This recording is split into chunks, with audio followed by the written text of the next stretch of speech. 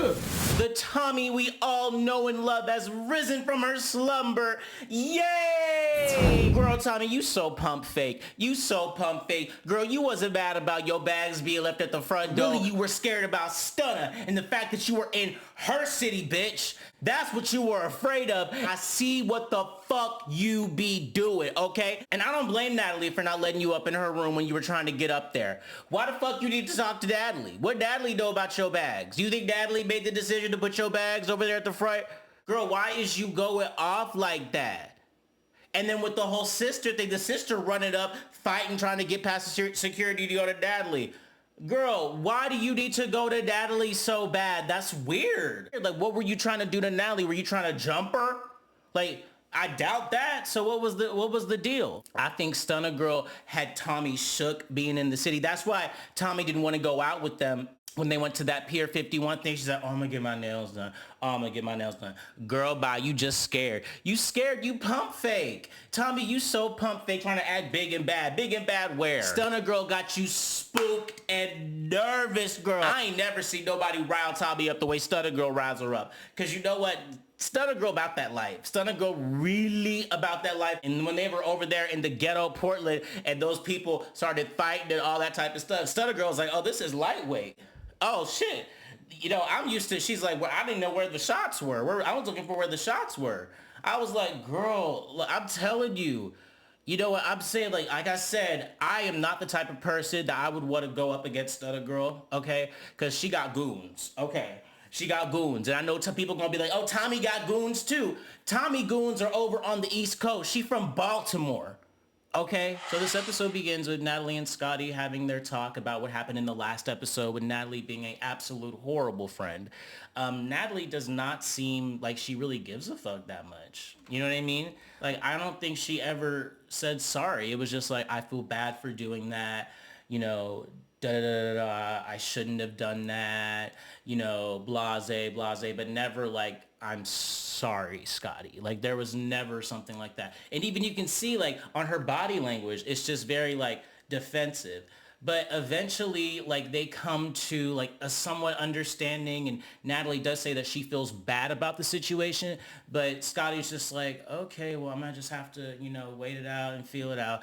I'm happy, Scotty, that you're not just taking her apology, which wasn't even real apology. Like, you're just not taking it. You're gonna need some time, because what Natalie did was fucked up. That was actually really, really, really fucked up of Natalie to do that. Because and I just feel like Natalie should be more apologetic and feel worse and have more remorse. Like, this woman doesn't really seem like she really gives a fuck that much. It's kind of like, oh, Scotty, yeah, I did it. She'll get over it. It doesn't really matter. Like, girl. So the next scene, the girls are getting ready to go out to get the bag. They're going out to Portland. They're getting their makeup done. Can we just take a moment and acknowledge Stunna Girl shitting on these hoes in terms of the fashion? Girl, you better work, girl. You better work. Yes. Even on this confessional look. Ooh, Stunna Girl. It's giving me inches. It's giving me bundles, bitch. Yes. So now the girls all sit down to have their meeting, and Natalie takes out the money, and they're talking about, or seem to be talking about, how to split the bag. But then Natalie cuts that conversation short and says, oh, we'll talk about it later. Big Boobs over here is not feeling it. She's like, I want to talk about this bag now. Why is she waiting? What's going on? I'd be suspicious too. Why are we waiting? Give me the bag now. The fuck? And then they also discuss Krishan is not coming back, that she left, and the girls are just like, ugh, damn, basically. Rolly especially. Rolly's like, look, Krishan, whatever you want to say, is a headliner, and I'm upset because I feel like it's going to affect the tickets, which is true, right? Krishan does bring crowds. She is the current flavor of the week. However, this is kind of like a window into, like, behind the scenes when the stars and the producers kind of like clash and they don't like each other. Even though Natalie is a cast member, you can tell she has this philosophy of, we can replace her. We can replace her. We can replace her. She's just this, da da da da. We don't need her. We don't need her. Da da da da da da. I feel like a lot of TV executives think about certain celebrities that we like certain celebrities that get blackballed, right? And we love them. Like, we really want this person to come back, especially on Housewives or other reality shows, or even just regular movies and stuff scripted, it's like the producers will just be, no matter how popular that star is, the powers that be, if they don't want you there, you piss somebody off, they will ignore the audience in terms of keeping you there. The audience, might complain, but they will eventually move on, especially if you find someone to replace Krishan, right? And I see Natalie doing that because Natalie is sick of Krishan. Natalie wants Krishan gone. Natalie is like, this bitch is disrespectful. And it's true, she is, but she's a relevant, disrespectful, snaggletooth, gutter-type barbarian hoe. The other girls pretty much agree with Rolly. They're like, yeah, Krishan, she brings out the crowds. She's a factor. She's a headliner. Like, they all agree. And they're all kind of like, not turning against Natalie, but they're kind of like not on Natalie's side. You know what I'm saying? Like, I think that the whole Scotty and Natalie fight, like, the girls just saw how fucked up, like, what Natalie did was to Scotty. They just were kind of like, nah, like, I don't appreciate that. And these girls are all about that bag, and low-key, I'll be upset too. I'm like, I don't want the main headliner, if they don't show up, less people are gonna come, and I'm gonna lose the bag. So on the bus, on the way to the club, basically, Natalie, they talk about the Krishan stuff even more, and then Natalie reveals that Krishan texted her and said, oh, I'm misunderstood, and please don't tweet anything hurtful. And it's like, girl, like, what? Natalie's like, it was hurtful when you slapped me across the face. And that's another thing. Like, Krishan always does this. Oh, I misunderstood. Nah, bitch, nah. Like, taking all things out, what Krishan did to Natalie, like, Krishan slapping Natalie was completely uncalled for. Completely. Natalie should have beat Krishan up. Why did Natalie get off that motherfucking bus? Now, Natalie, I'm mad at you. You should have stayed on that bus and snatched that hoe. But Rock could probably rock you. Actually, maybe not.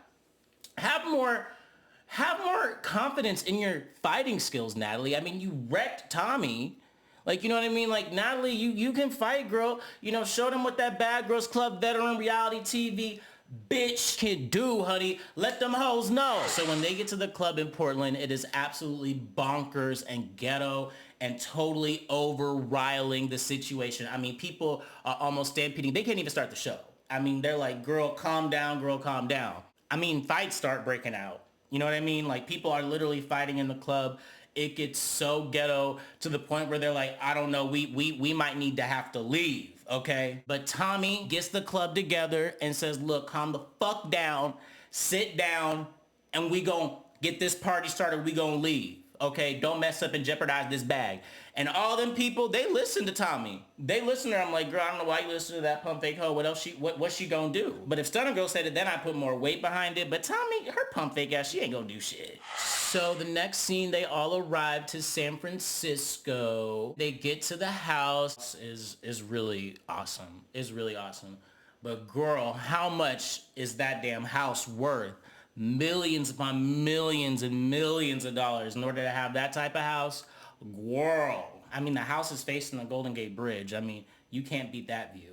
Also, Stunna Girl lets these hoes know that if anything goes down, like, she's gonna be fighting with her crew, like her West Coast peeps, and not really backing up any of these hoes, like, on the cast except for a few people. You know what I'm saying? So Stunna Girl lets the people know and do like a back, like, look, these my people and I'm rolling with them, okay? And I ain't scared of no hoe.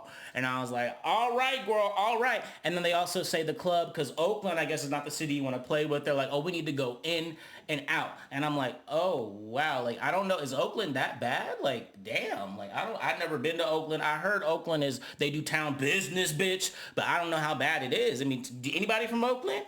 Comment down below. Let me know how ghetto it is. So the next scene, the girls are getting ready to go out again to the club in Oakland. And then all of a sudden we hear a bunch of commotion from Tommie. She is mad about her bags being like at the floor at the front of the thing. She's trying to get up to Natalie's room. They are not letting her, honey. And like I said at the beginning of this video, girl, why are you so concerned about getting in Natalie's room? You really jumping like that?